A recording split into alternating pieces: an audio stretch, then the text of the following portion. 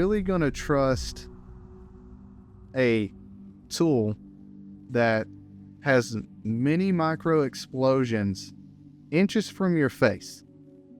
You know, sitting in a hot factory somewhere, sweating his butt off, you know, three white monsters deep into assembling these ARs to meet a quota. You're really going to trust it to that he's probably going on like 4 hours of sleep and, you know, probably went out on a freaking drinking bender the night before and got with all kind of strippers or something, you know, like, are you really going to, like, that's the potential that you're working at. Like, if you've never worked in a blue collar job before and understood, and I'm not talking about just PSA, like, this is on the Daniel Defense side and whatever, like, in a factory setting, these people that are assembling this stuff, like I said, they're 3 monsters deep in the day and trying to kick this out on probably a Thursday or a Friday near you know, time to go home. Stuff gets missed. You need to learn how to check these things. Like, you really want to sit down with it and go over it before you go out on your initial, you know, journey or voyage. Make sure everything is good to go before you go out and you let this thing have its little micro explosions inches away from your face. This broadcast is fueled by attention deficit disorder.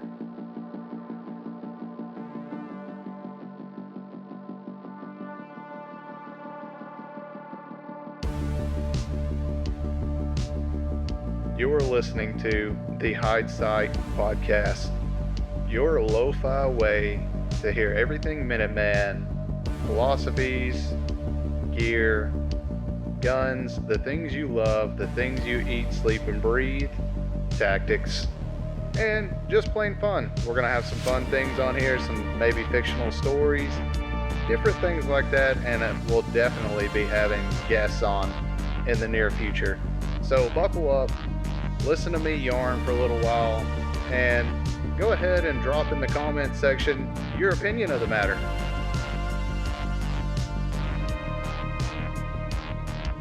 Let's talk about cheap and budget ARs. This conversation has been melting down big time and all over social media here lately, like with people ripping on companies like PSA, Bear Creek Arsenal, Delta Team Tactical, to name a few. And while, yes, I get it, that some of those brands produce some things that are worse than others, let's talk about how feasible, you know, a cheap AR could be. I'm your host, XXL Dude. This is the B channel to my main YouTube page. This is where a lot of the stuff that maybe it's just too long or I don't have time to do a crazy in-depth video on. So I come and post it here. And today our topic is going to be a pretty good one. This is one I've thought about for a while. It's something that I'm kind of a proponent of. My channel and whatnot is kind of a proponent of. And it's a lot to dive into and make for a really long video, especially visually. And let's just be honest with YouTube here and a lot of the modes. A lot of you just don't have the time nor the want to dive into it, but you sure have the time to get on the keyboard about it. Well, not all of you, but some of you. And the thing is, with an AR-15, with an Armalite style rifle, they have been around for quite a while. You know, like iterations of them started turning up in the early to mid 60s. And it's a weapon platform that has been used and copied and cloned and you name it. It's been done, especially in the direct impingement form.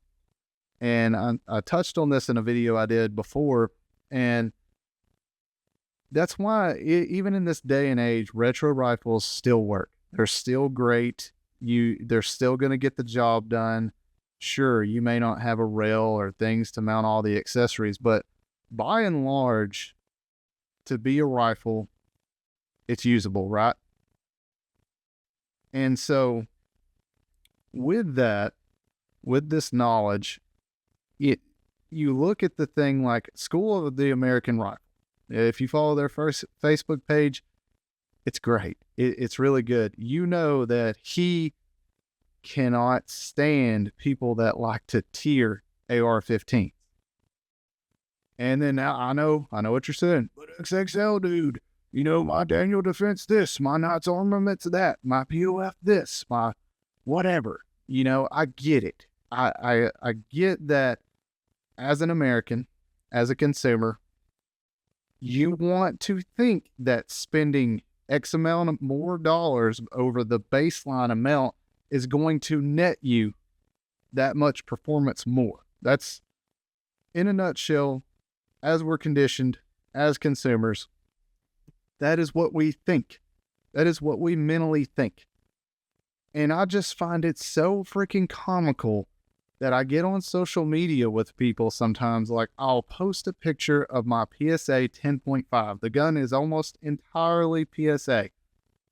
As you know, the rail and stuff like that's different, but it's a, you know, A2 FSB 10.5 PSA that I run with a suppressor. There's no tricks, no gimmicky on the, you know, the gas system. And I'm going to talk about that too. But you put the suppressor on there, it's a K-can, and this thing runs phenomenally. I've put, with the suppressor, I'm closing in on about 900 rounds now on it. Just with the suppressor. Now, the gun overall, like, I bought this upper used, so I have no idea, what the round count was on it. I bought it used. I threw in a Toolcraft BCG, just a basic phosphate, Carpenter 158 bolt, and letter E. And I had, before I even got the suppressor, she's had, well over 1,500 rounds through her. And with the suppressor, now I'm closing in 900 rounds with the suppressor, and then more round count in between. So, I'm somewhere close to 3,000 rounds on this upper myself. Yeah. So, no failures. The previous owner hasn't really done anything with it. I didn't have the bolt carrier group that it came with. But as far as the upper and barrel, the receiver, it fits great. It fits to multiple lowers, even though it's classified as a pistol upper. It works. I can't sit here and knock it. It's a sample size of 1. Well, I'll get to more of that later, but yes, it is a sample size of 1, this particular one. But people seem to knock this stuff, and I find a lot of the times that the people that knock it also judge how our firearms look. Like Foxtrotter 6, he's a great YouTuber, great up-and-coming dude. He cranks out these reels, man. I don't know how he does it. They're funny. They're great. They are pure entertainment. And people get on there and dog his shit. And I don't understand why. Like, they'll knock his Glocks and his builds. And, like, he'll take his guns and throw them across the range. They're his. He wants to know that they're going to, stand up to the abuse. And people knock his visual choices, like if he's painted it or Cerakoted it or whatever. And I even had that on my, it's funny how it's the same on my 10.5 build YouTube video. I even had that same thing. Like, somebody said, oh, like I was getting excited about this video until I seen dude's shitty AR. And I was like, by the way it looks, it's shitty. Like, that's what we're at. That's the point that we're at on internet, is the way a gun looks, it's shitty. And I'm sorry, like I said, this is just audio only, but this has got a GWAT style Millennium flashlight that the Marines used for how long, through what all, and it's still held up, and it's a freaking tank. Like, I've got 2 of these, and yeah, they're not crazy 1,000 lumen lights, but they're 350 lumens, and they go IR, and man, it's enough for me to see down to the range that I need to see at. I mean, that's all I ask for. I'm not going to be out here trying to snipe people with a white light. I'm not going to be doing that. So, and that's another topic, but I think you can you can go overkill on the lumens of your lot, and it's going to determine to your area of operations, by and large with that. But, 250, 300 lumens will get you by. But back to these tiered AR people, AR-15 elitists, we, they want to judge the way people's guns look. And then you look and there's, the people that buy the FD edition, this, or the Warrior Poet Society edition, this Daniel Defense, or, that's their jam. And I'm not one to knock people for their jam, but also to buy a firearm as configured and maybe throw a Surefire on it, and they might throw an aim point on there, and then that's it. Should they put on more? I don't know. They don't know. You know why? Because the rifle just sits in a closet or sits in their gun safe until they pull it out and snap some cool, trendy, hipsterish pictures of it and throw it up on Instagram, and, have their little Rolodex. Do any of you kids out there even know what a Rolodex is anymore? They had their little Rolodex that they, anytime somebody posts their PSA, whatever low tier, their Ruger 5.56, they throw out their Daniel Defense. They're like, you have trash. That is a trash rifle. That rifle won't even make it past 400 rounds. This is a Knight's Armament. You got to be on a list to get this. It's military contract overrun. This gun will last 30,000 rounds. How do you know that? How do you know that gun's going to last that long? Are you going to get out there and shoot that many rounds? Do you even have, combat, what is considered a infantryman's loadout? 7 or 8 30-round mags? Do you even have that? You just got like 1 or 2 cool mags that are whatever, and you got like maybe 100 rounds? But you're going to get on here and fucking knock other people? People that I look at their guns and it's like, damn, they use that shit. They carry it. Look at the scratches. They painted it and a lot of the paint's worn off because they're out there handling their gun and running it. And this is just the aggravating state of social media we're into now. Like, that's a podcast for a different day. I'm actually going to record and release pretty soon. And it makes it hard for people that actually go out here and accomplish things. And I'm not saying like buying your dream rifle or whatever. It can be an accomplishment. I get it. Like there are types of firearms, gun people or whatever, collectors and whatnot. And, maybe it's a little harsh for me to sit here and look at them and think some kind of way because they don't get like 100, 200 round count a month out there. It's more like 100 or 200 rounds a year. But they try to walk the walk and talk the talk and just try to say that what they have is better. Now, what is that? That's copium. Copium. Don't get me wrong though. Like, if you have a Knight's Armament or a Daniel Defense and you run your shit and you check it out and you make sure it's squared away, okay, fine. That's completely acceptable. I have no issue with that. Nah, I mean, if you can afford that and you can afford the rounds and everything, rock on, So you're probably wondering if I'm going to like arrive at some kind of point here. Well, yes, the answer is always going to be yes. I'm going to arrive at a point, and I'm just setting the stage, maybe weeding some of you out. Maybe some of you are furiously typing on your keyboard. So let's get into AR-15s, cheap budget grade stuff. We talked about some of the bigger names that are out there.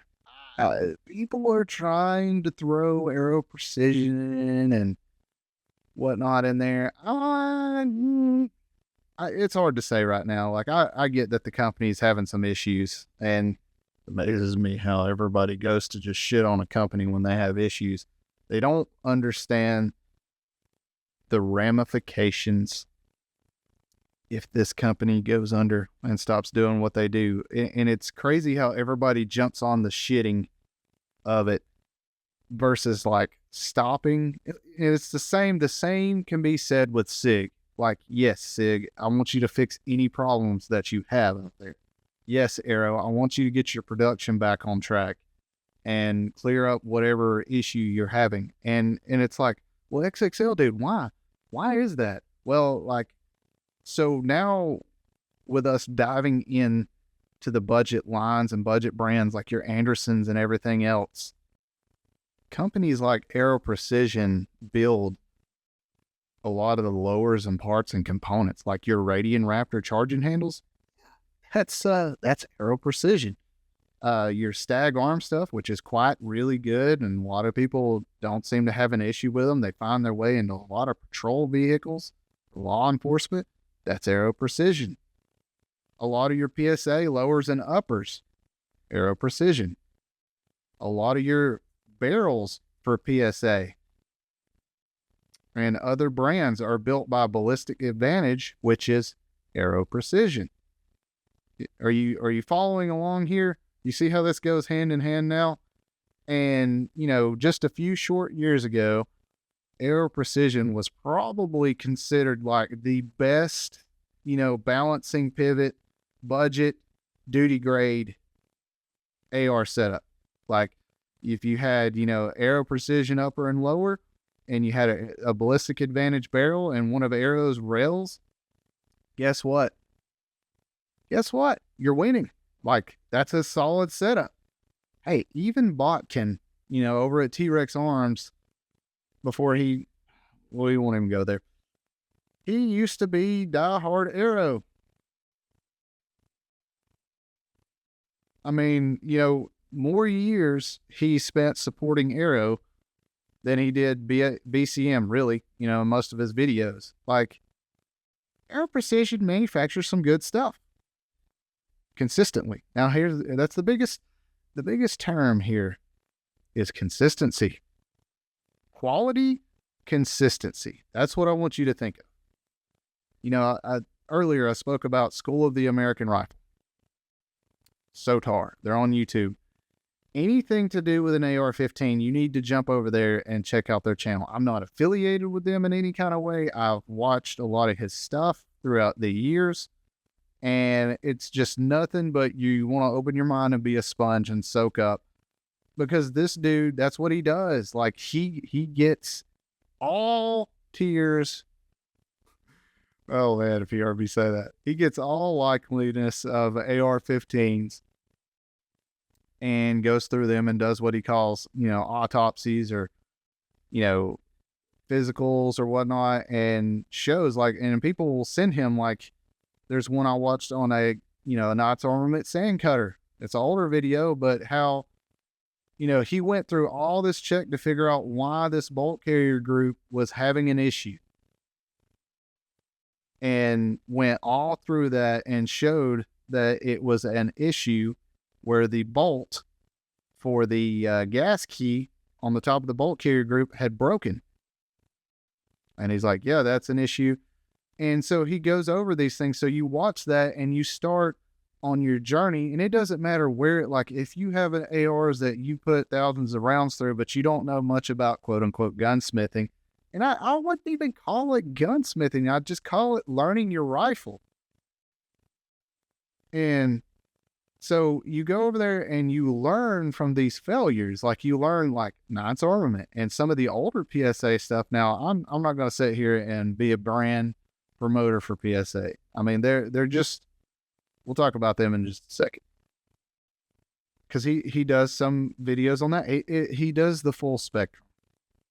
And he shows issues. Like, some of his recent ones are Ruger barrels, like where they just, the feed ramps are jacked up, and now he has to do all this machining and burns up, bits, the little burr bits to fix the feed ramps on it, and on Ruger. Like, that's a big name.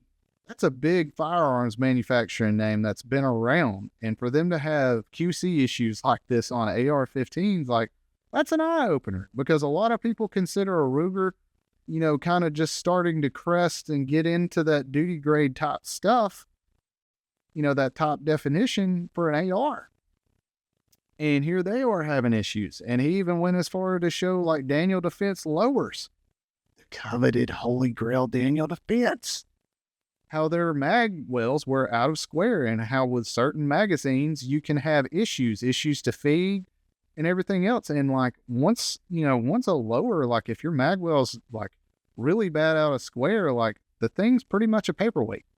Like if it's so bad that no mag will feed in it, or if you're going to be restricted to where you have to use like a steel or aluminum mag, something that doesn't have as much give as polymer, like, and you're paying that much for a gun, you're paying that much for a rifle, and you got to use specialized magazine. Like, but on the flip side, some of you guys will turn around and fucking bash a PSA if it's got an out of square mag. But then on the other side, on your side, it's copium. It's like, well, it's this, and make excuses. And that, my friends, is what I don't understand about this shit. I call it's like a dynamic of the SIG P320 and the Staccato, 2011. How one of them that is a fraction of the cost of the other is just reamed on for not being drop safe, and it is, but not being drop safe. But on the other hand, we have a $2,500 to $4,500 handgun that is not drop safe, and people get on here and will beat a dead horse about coping about the price on it, and it just baffles me. I'm like, a cheap gun, I expect it to probably have some issues. Like if it's that too good to be true price, it means that I'm going to have to put in a little work on it. If it's your dream car and it's 50% off, it's probably got a bad transmission or a bad motor, right? You're going to have to put something in it to make it what you want. That's the big thing. That's the big thing we're talking about here. And it boils into me saying something like, are you really going to trust a tool that has many micro explosions inches from your face, sitting in a hot factory somewhere, sweating his butt off, three white monsters deep into assembling these ARs to meet a quota? Are you really going to trust it to that he's probably going on like 4 hours of sleep and, probably went out on a freaking drinking bender the night before and got with all kind of strippers or something, like, are you really going to, like, that's the potential that you're working at. Like if you've never worked in a blue collar job before and understood, and I'm not talking about just PSA, like this is on the Daniel Defense side and whatever, like in a factory setting, these people that are assembling this stuff, like I said, they're three monsters deep in the day and trying to kick this out on probably a Thursday or a Friday near time to go home. Stuff gets missed. You need to learn how to check these things. Like, you really want to sit down with it and go over it before you go out on your initial, journey or voyage. Make sure everything is good to go before you go out and you let this thing have its little micro explosions inches away from your face. So what does something like these checks look like? Well, over on the main page on the XXL, over on the XXL Dude YouTube channel, I made a list for like AR function checks, like just a video playlist, and there will be more added to it that I find, and if you guys send them my way, they'll be added to it as well. And right there with the Minuteman, philosophy playlist that other creators have kind of weighed in on that I feel like is very important to bring to the table. Midwest Gun Works, everybody knows them. They made a video back in 2023 of just like when you get an AR, like say you buy an AR out of the box or an upper, a good video just to kind of go over and look at these things before you run out and start putting rounds down range. And I'm like, man, this is, it's something that I do. And like, I think we get caught up in our own little world sometimes, and we have implied knowledge of things. Like we imply that this is just, we take away from like, this is beginner knowledge, this is stuff you should know from day one. And not everybody's on that level. And you probably, if you called some of these companies, and it doesn't matter who it is, think of the best, think of the worst, you probably wouldn't believe how many of these companies you could call, and people that have called in complaints about a rifle they just bought and it wouldn't even feed the first few rounds because they didn't look at these basic things that sometimes it's literally right there in the box with the weapon. And, like basic cleaning, when you get the gun, like if I buy an upper, like I've only bought one like fully assembled AR, and it was a used LEO trade-in Bushmaster. So I build mine. Most of the time I build mine. If an upper is just at an outstanding deal, or if it's something I just kind of want to try, it's a little off the beaten path, I'll buy a complete upper. Most of the time I'm just going to go ahead. I have the tools and I have the knowledge, and it's really not that hard. The tools are not that expensive, but I'll put my own together. But that way I kind of I have an input on the components I get. I look at them and I'm putting it together. We don't have Mr. Blue Collar, living on a prayer and 3 white monsters assembling the gun. Well, I might be a white monster or 2 in on it when I'm assembling it, but that's besides the point. Either way, something I always do before I get the firearm ready to go down range is I will, like, especially if it's a brand new build, I'll go ahead and clean it. Well, why is that? If it came, the rifle came in the box and it's got plenty of grease and everything on it. Well, here's the thing. A lot of these lubricants that are on the gun when it ships are designed to just prevent corrosion. It's not designed exactly for function. Now, some can be, but not all of them. And it's kind of just a shipping thing. It's like if you work on cars or trucks or whatever, and you do your brakes, and when you open the box to your brake rotor or brake drum, like it's got Vaseline all over it to keep it from rusting, to keep it from pitting and corroding, like that's a protective thing. So what do you have to do before you install it? Versus you're going to have some issues if you don't, especially if this thing's heavily coated, you're not going to stop the first few feet until that shit burns off. Well, it's the same thing with guns. Like they have this, lubricant material in there to protect it from corrosion, especially depending on the finish. And some of them you might get dry as a bone. And so go ahead, and whenever you get your new upper or firearm or whatnot, go ahead, break that sucker down. It gives you a perfect time to look over everything. Go ahead and, pop that handguard off.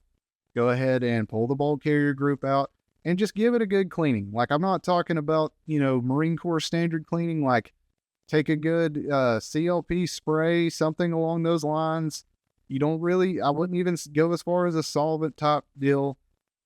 Just something, that's going to get all of that factory lubricant coating stuff off of it, and then just have your own lubricant on hand. So you're going to just clean it all off and, get it nice and dry and lubricate everything, like especially your buffer spring. I actually had the second AR build that I did that it was actually a rifle linked gas system with a rifle buffer system. And man, I got so frustrated because I went to the range, and the range was about 45 minutes away from me. Got there and didn't even get a full 20 round mag through it. And I was frustrated. I mean, like it would shoot it's basically manual operation. Like it would not eject the round, wouldn't pick up when it would eject the round is weak, wouldn't pick up the other round. And I come back home and I just went through this thing, over it. Even looked online and I'm like, everything looks fine. Like I don't understand, why this thing is not running. And then like I kind of just dug on ARF.com, AR-15forums.com, and seen where somebody was talking about a rifle length gas and everything, and like putting a little like wheel bearing grease or just hitting a little lube down there. And so I went to some family property that I shoot on, and, did that. And the gun, like, whenever I lubed up the buffer down the buffer tube and the spring, like, the gun just immediately felt a lot better whenever I would cycle the bolt. And I'm like, I'll be damned, I bet this is it. So yeah, I loaded up a few mags, went out to just some random property, and I didn't even aim. I just let some rounds rip downrange, and it just ran beautifully. And it's like, at that time, I'm like, okay, I get it. And, it's these learning experiences why I encourage people to put their own stuff together and go through that process, because it allows you to find problems and solve those problems. The more you know about a tool that you're going to stake your life on and know how to fix these issues, and a lot of times they're not that complicated, and they can just be as simple as having a spare part versus having the machines to fix the part, like getting it right the first time and just knowing and understanding. And it's like, ever since that time on, like whenever I have malfunctions with my ARs or any other gun for that matter, like I'm learning, and now I recognize that. And then I have the wisdom from learning this to be able to imply it with other people. Like, I've been at ranges before and people have issues with the gun, and I'm like, you mind if I take a look at it? And I look at it, and I, might hit their buffer spring with a little lube and do this and that. And then it's like, voila, it's working.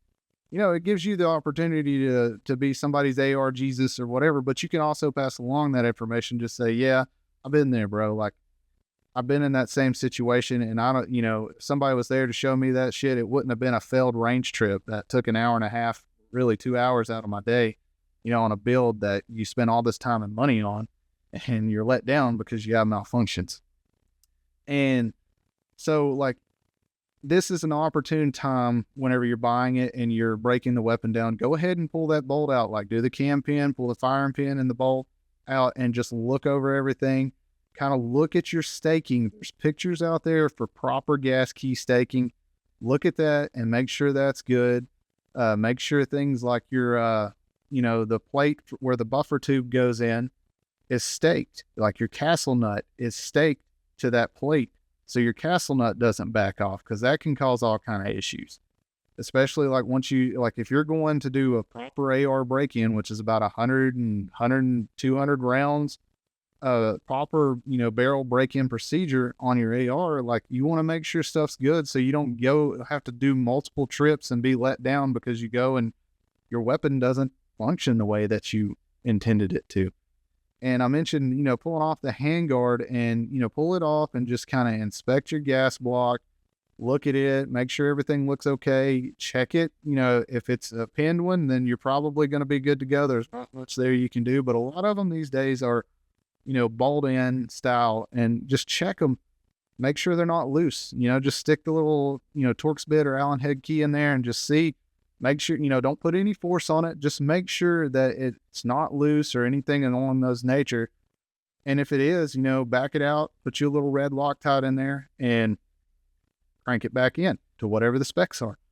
It's a good time to just check these things. And I can't tell you, especially if you're a BCA, Bear Creek Arsenal user, how often you can get a handguard that is loose, like the bolts are loose, like the bolts just, fall off of it. That's a common, is it detrimental to the function of the weapon? No, not really.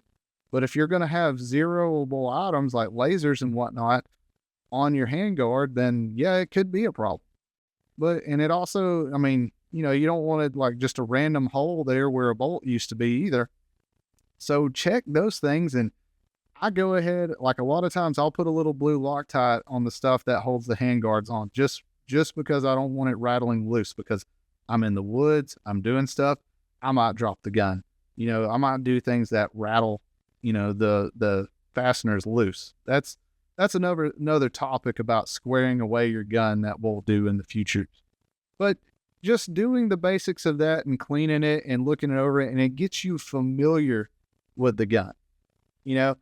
It doesn't matter what it is. You would be surprised on the higher end names. And that's going back to the school of the American rifle. Like, he's shown the good, bad, and the ugly for all of them. And the point he wants to drive is, it's not exactly that he's really knocking the manufacturers. He'll knock them if it seems to just be a consistent issue. And that's what we're going back to: consistent quality, or quality consistency. You know, like, unfortunately, and especially after 2020, we live in this day and age where, you know, they let the users be the quality control people. Like, they're just no, like, across the board, across the manufacturing board, period.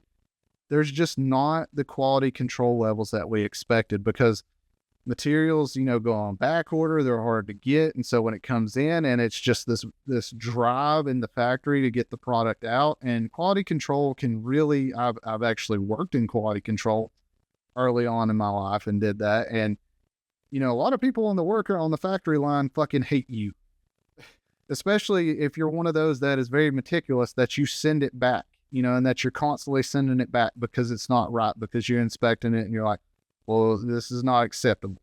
And then you get a talking to because you need to let some things pass or whatever.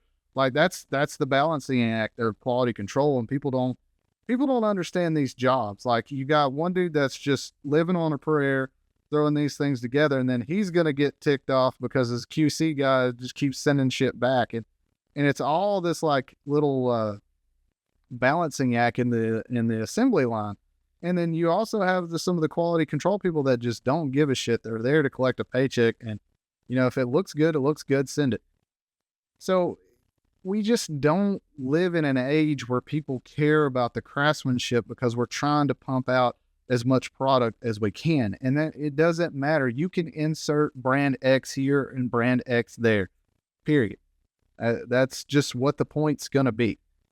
And that's where I'm at with this. And it was kind of refreshing to see School of the American Rifle pretty much say that too. Like, you need to just be able to check your own stuff. It sucks. That's the world we live in. You know, and even some of the best of the best. Now, if you get something that's just majorly wrong, like I said, with the Daniel Defense thing and the mag, you know, the mag hole being out of square, yeah, like, you could probably contact them and send the rifle back to them, and they're going to fix it and make it right. Most manufacturers will, you know, even the budget people will. So don't rule stuff like that out. And it's always good to learn and look up how to check these items. All right, guys. So that's all I got for you on this one. Ran a little bit over on what I want to do, but I feel like it's a full body and it's a big topic. So if you've made it this far, I really appreciate you. I really appreciate you listening. If you like these, please let me know. It helps me kind of gauge whether I should keep doing it, or if there's only like 2 or 3 of you out there that even care. I mean, that's something we could just get in the chat and have conversations on, versus me doing these crazy videos where I sit in here and do all this production quality. Even though it's a little lo-fi, I like it. It's kind of a little bit of my vibe and style of podcasts that I listen to. And so I hope that you enjoy it. I hope I'm bringing something good to a podcast sphere that I feel like is not really touched on. You know, we'll kind of go down these roads and talk about different things and instances. And got a little bit of writings that I've done that I might share out here on the future. So yeah, like, if you made it this far, why don't you go ahead and hit that like button, and also hit that subscribe button. If this is a platform you can do all that on, I'm going to try to share it on as many podcasting platforms on YouTube as I can. But hey, and don't forget to check out our other channel, XXL Dude, on YouTube. Check out our videos, because if you're here, listen to me yarn about this stuff, then you're just going to love that channel. Like, you're going to be right there with it. I wouldn't call myself a gun tuber yet, but I'm trying to get there, but we'll see. But either way, thank you for listening. Let me know your thoughts in the comment. Peace.